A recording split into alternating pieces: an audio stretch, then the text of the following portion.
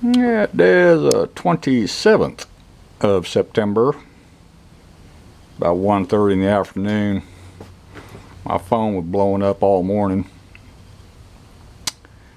and I went and had a CT scan done on my lower back so they could evaluate the cause of my severe back pain. 2006, I had a major accident down in South Texas on a Harley Bagger. It was an ultra classic motorcycle. Judging from the gouge marks in the pavement, flipped 7 times before it wound up in a ditch. A woman in a minivan pulled out in front of me from my left, going across my path of travel toward my right, and I clipped the right rear corner of her minivan as I was going down. And it was the smooth asphalt, not the real rough asphalt. And when I hit the pavement, I was doing about 50, best guess. I was from the state trooper. And when I hit the pavement, I broke my back. And short version is, when I got back to Northeast Texas, I finally went in and they removed some of the bone fragments from the broken discs and fused 2 discs. And what they always forget to tell you, when you have spinal fusion surgery, it's cumulative. Okay, you fuse the first 2 or so, and then the adjoining discs will require work at some point. So anyway, I've got severe pinched nerves above and below the discs that were fused, and I am not going through that spinal fusion surgery recovery again. Period. Not going to happen. And then I was talking to the doctor today, and they said, well, physical therapy could be an option. I said, that's a waste of time and my money. When they brought up physical therapy when I had the surgery done, I asked them what it involved. They said, well, we're going to teach you how to go up and down stairs. I said, I got that figured out. There are stairs at my house I got to go up and down just to get out of the garage into the main living structure. Well, we're going to teach you not to bend over. Got that figured out too. When I bend over, it hurts like hell. I know better than to bend over. So, that's not an option. I do not and will not use narcotic pain meds. I don't like the side effects. Tramadol helps, but it causes me insomnia. Gabapentin helps, but it causes severe nausea for me. So I'm supposed to see a pain management specialist soon, and I'm going to push real hard for steroid injection. Wife's done a lot of research, and it's supposed to help a lot. But I'm not going to do narcotics. That's not going to happen. And physical therapy is a waste of time. Again, I had that wreck back in 2006. And since I had the surgery, I know what not to do. And I don't. You know, I lead an active lifestyle, but I'm not stupid on what I put my back through. Even when I was working on the rear tires and wheels on my John Deere 850, I got a fork truck, and I know how to leverage stuff. I know how to rig stuff. So it's not like I'm manhandling those rear tires and wheels. I wasn't. I know better, and I work appropriately. But the pain's significant. And the problem I got, I can't get 6 hours of straight sleep. I'll sleep in one position for an hour, and I got to move. And rolling over wakes me up. And I'll sleep on a different position for another hour, and I got to move. Rolling over wakes me up. So I don't get uninterrupted sleep ever. And it's fatiguing. And they go pain level by number.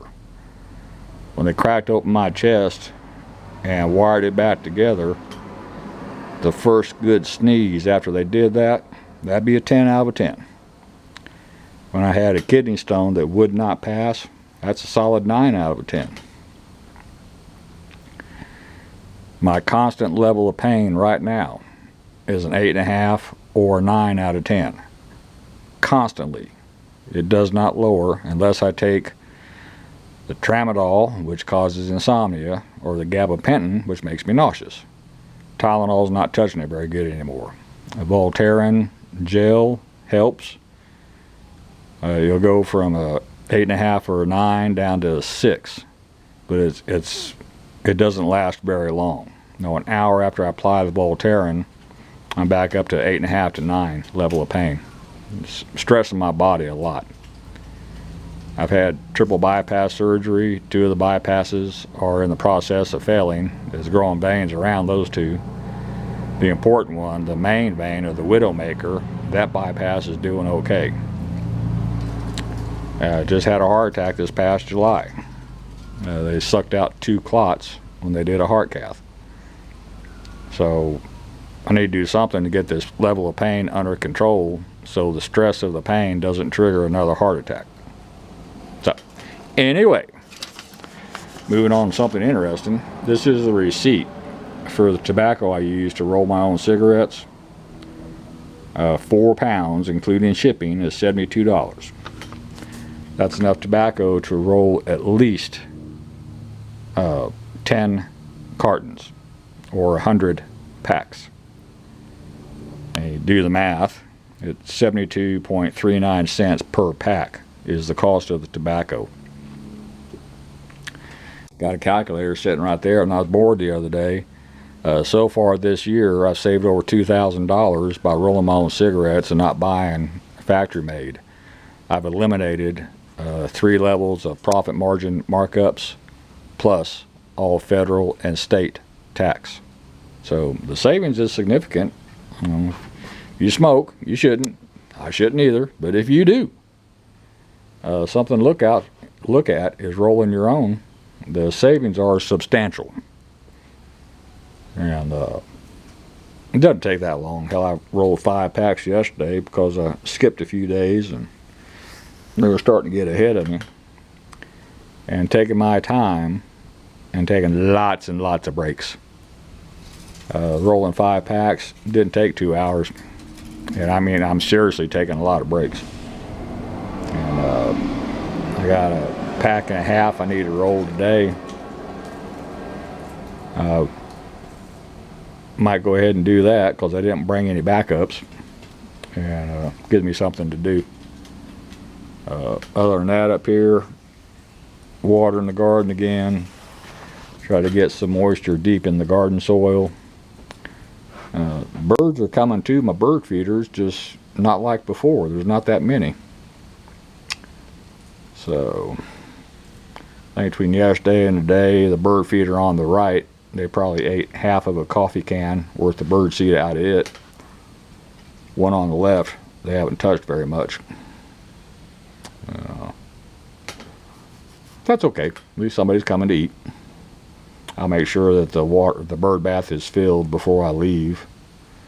Looked at the weather this morning. No rain projected for the next 10 days at least. And temperature is supposed to be in the mid to high 80s to 91 or 92 is the projected high over the next 10 days. And we're coming up on October. We get in November, we're solid into fall temps. The highs will drop to the high 70s to low 80s. When it's going to rain again, I don't know. It is dry. It is dry. Thankfully, since it's cooled off, I was able to drop irrigating my yard at my house to just 2 days a week. And today was one of the days, so I got a drink of water today. I got an irrigation system. I don't have to move any hose or anything.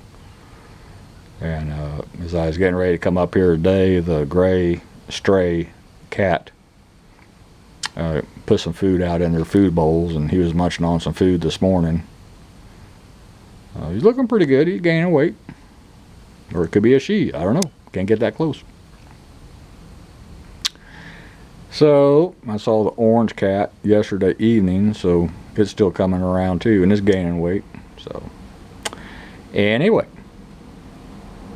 as soon as I figure out this pain thing, I'll do a video, especially if they do the steroid injection and it causes some relief or not. Help people make their own decision. But that's all for this one. Thank you.